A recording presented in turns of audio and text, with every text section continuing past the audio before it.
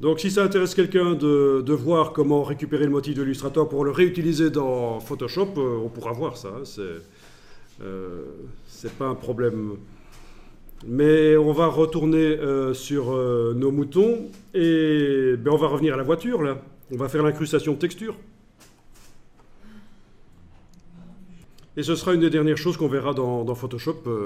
Après, ce sera du complément, des petites informations. C'est une des dernières choses qu'on verra parce que c'est un exercice qui, additionné à tous ceux qu'on a déjà fait, vous permet de maîtriser déjà Photoshop à un niveau très, très élevé en fait. Si vous maîtrisez tout ce qu'on a vu, c'est déjà très très bien. Vous allez pouvoir faire beaucoup de choses dans Photoshop. Alors j'ouvre donc l'image de la voiture que j'avais été chercher tout à l'heure. Et je l'enregistre au format Photoshop, donc comme ça le JPEG va rester intact. C'est mon petit backup là sur le disque dur. Donc fichier enregistré sous au format Photoshop.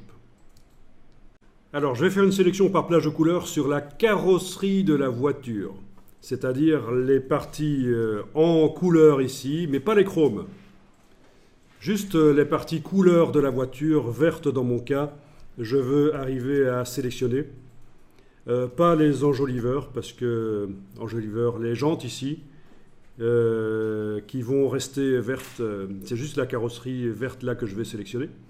Donc il faut que je fasse une présélection au lasso, parce que je vais utiliser plage de couleurs, mais il faut que j'indique au moteur de générateur, au générateur de sélection par plage de couleurs, il faut que j'indique quelle partie d'image m'intéresse, parce que vous voyez qu'on a aussi du vert à l'arrière-plan, on a aussi des arbres là, et de la pelouse. Donc, je vous préviens tout de suite, la sélection qui sera générée à la fin ne sera pas géniale, c'est un point de départ.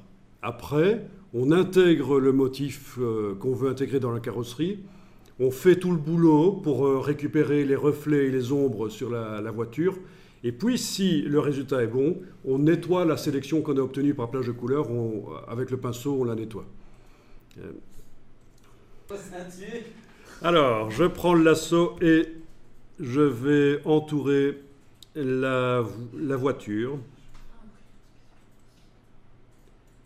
sans les roues et je n'essaye pas d'aller contre le bord de la voiture, sans les jantes en fait, c'est ce que je voulais dire. La sélection que vous avez faite, vous pouvez encore la modifier avec la touche majuscule en utilisant le lasso pour ajouter des choses, ou la touche Alt pour retirer des choses. C'est possible aussi de retirer des choses avec la touche Alt.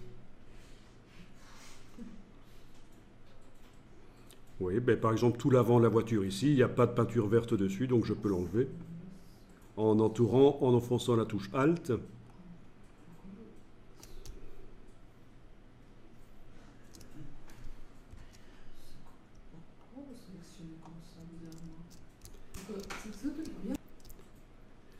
Voilà.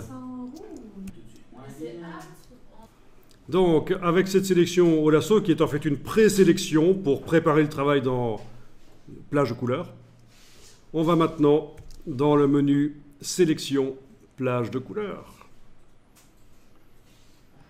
Alors, je suis en prévisualisation au niveau de gris parce que c'est comme ça que j'avais laissé la boîte la dernière fois. Je vais passer en prévisualisation sans.